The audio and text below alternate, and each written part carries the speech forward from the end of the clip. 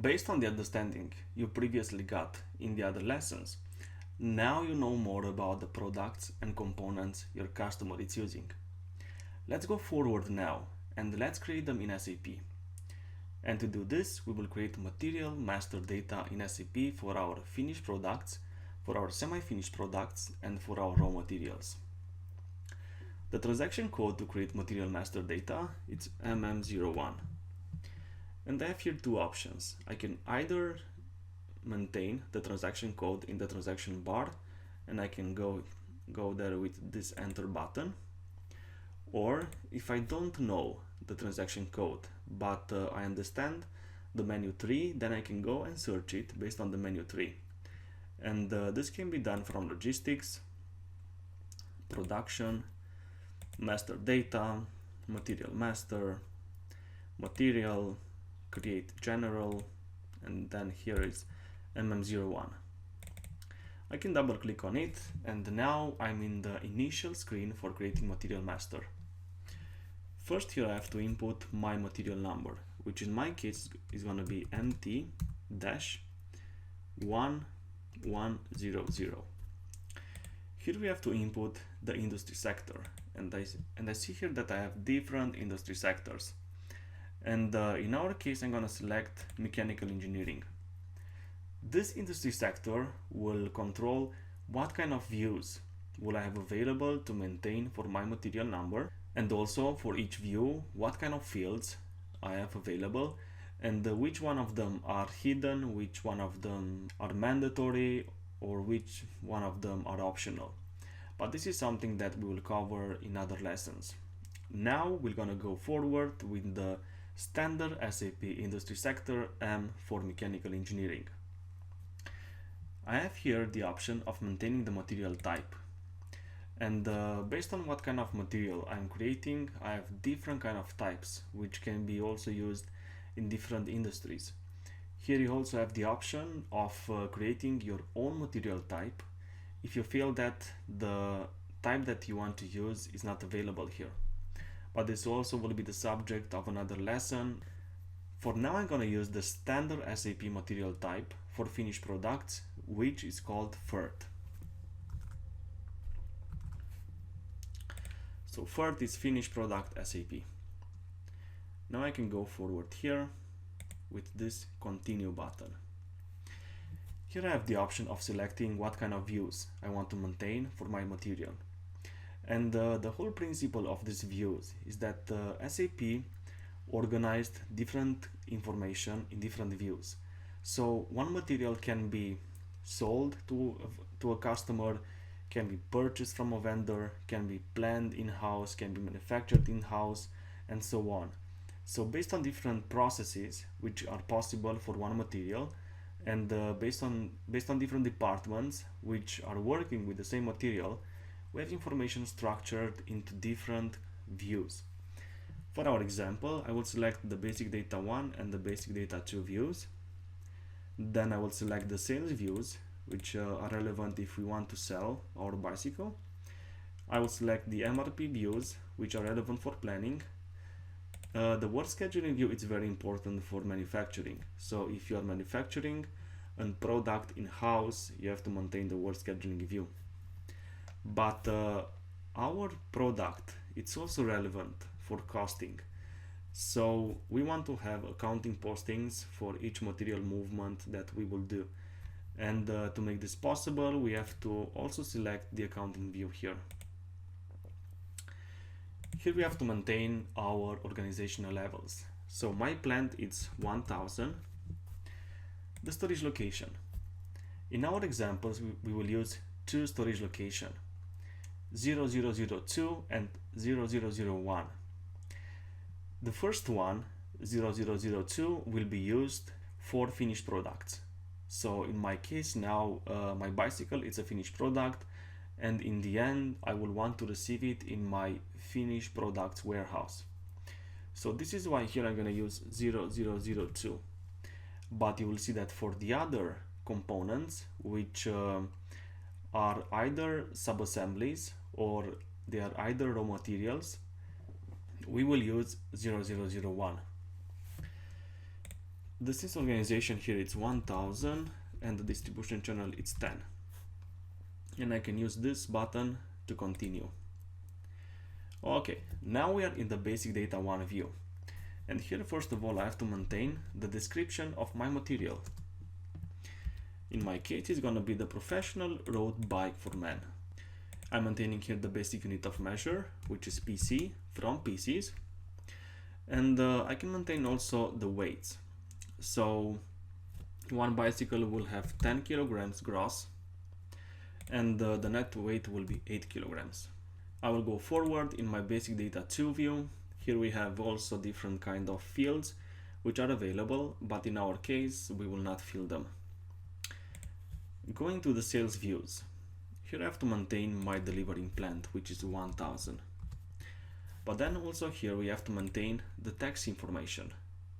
So I can maintain here 1, 1, and if I'm gonna continue,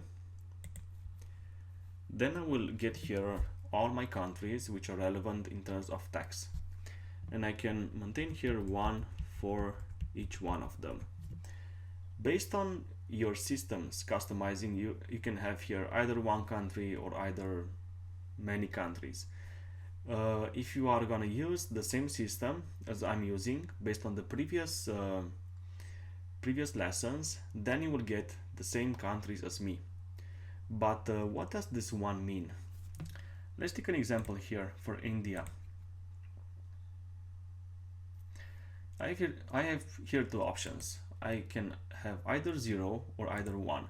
So if I'm gonna select 1, it means that my material is relevant for tax purposes. And we are selecting 1 because we are correct people and we want to pay taxes. So let me go back to the main data screen and I can continue my navigation to the sales views. We are here in the sales organization 2, and in our example here we don't have to maintain nothing. So I'm gonna go forward in the sales journal plan view. Here I have the gross weight and the net weight, which are determined from what we have maintained in the basic data 1 view. And here I have to maintain some shipping information, which is mandatory in sales. So the transportation group is 0001, the loading group 0001, the setup time can be 1, the processing type 1, and the base quantity also 1. At any point in time, you can use also this check screen data button, and this is gonna help you to check the data that you have entered, if it's correct or not, and also you want to see if you have maintained all the data or if you have other data that is mandatory and has not been maintained. So we're gonna go now forward to the MRP views. Here on the MRP 1 view, I'm gonna maintain the MRP type PD and the planning time phase, let's say 10 days. The MRP controller can be 0, 10, and here I have to maintain the lot size, EX. So here the lot size will determine, based on my demand, the supply elements will be how big in terms of quantity. So EX, it means that I'm gonna have lot for lot order quantity, meaning that if I'm gonna have a demand of 10 pieces, then my supply, which is gonna be a planned order, is gonna be 10 pieces. So the supply is gonna be exactly as big as the demand was.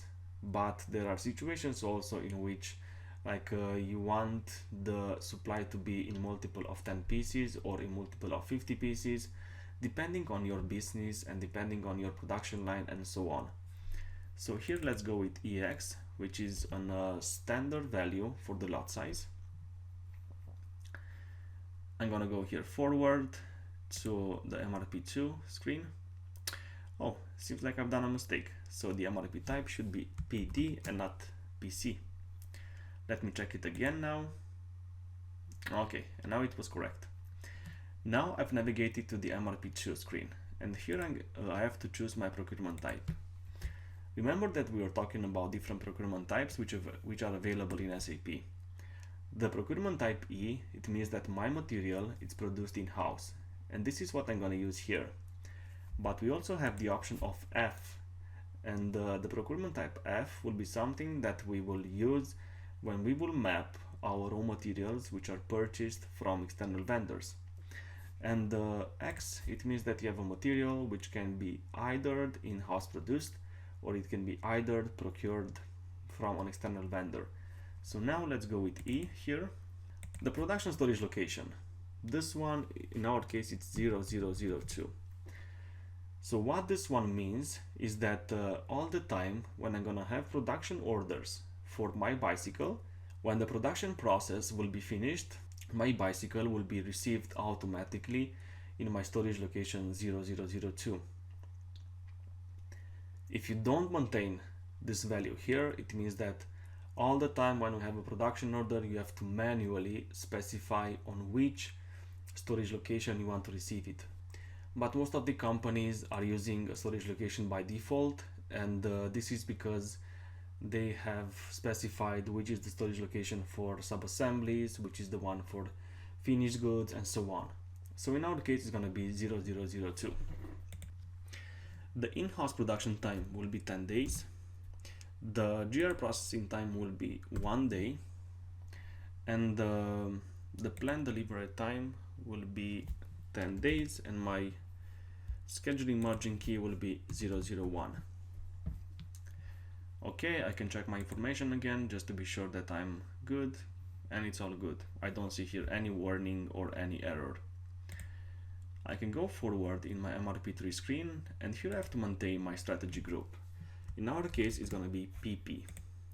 The consumption mode is 2, the forward consumption is going to be 30 days, and the backward consumption will be 30 days.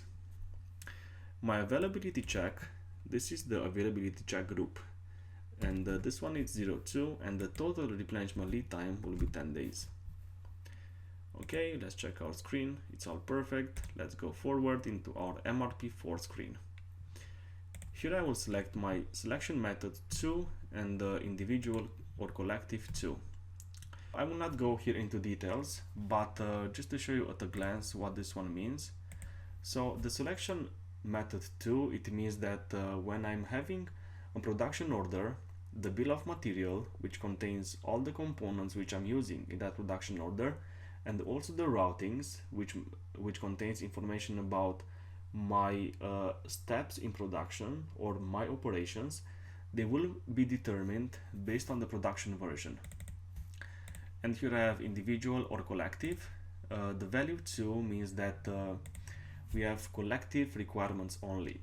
So for example, if you have for this bicycle, you have different demand quantities, 10 pieces in August, 10 pieces in September, and so on.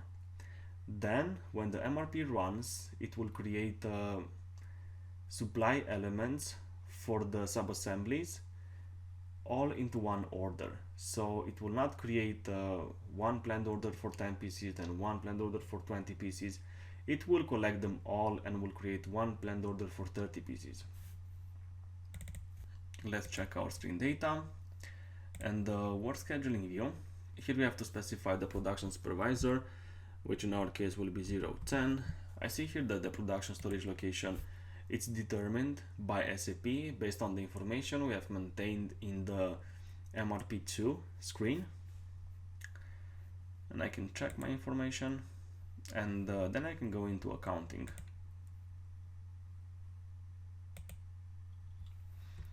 Here I have to maintain the valuation class. So for the finished good, the valuation class will be 7920, and this is gonna help us to do automatic posting in accounting for all the production orders and all the goods received we are doing. So this is something that SAP will do it in the background and will determine on which account to post which amount.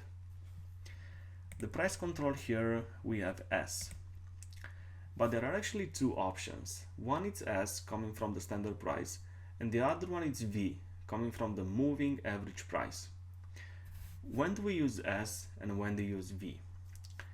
S is usually used for products which are manufactured in-house, and in this case the product will have a standard value.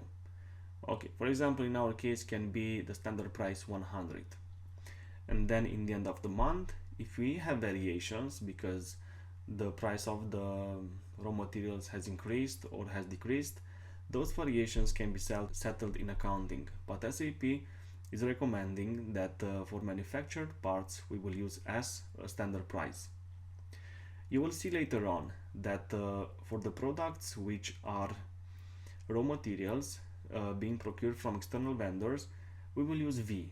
So this means that all the time that price is going to be updated based on the new price on which we are purchasing new orders of raw materials. So now let's go with S, standard price, and our standard price will be 100. And I can check my screen data now, it's all good, and I can save my material master. So now if you have followed the same steps as me, you have created your own material master data for the finished product.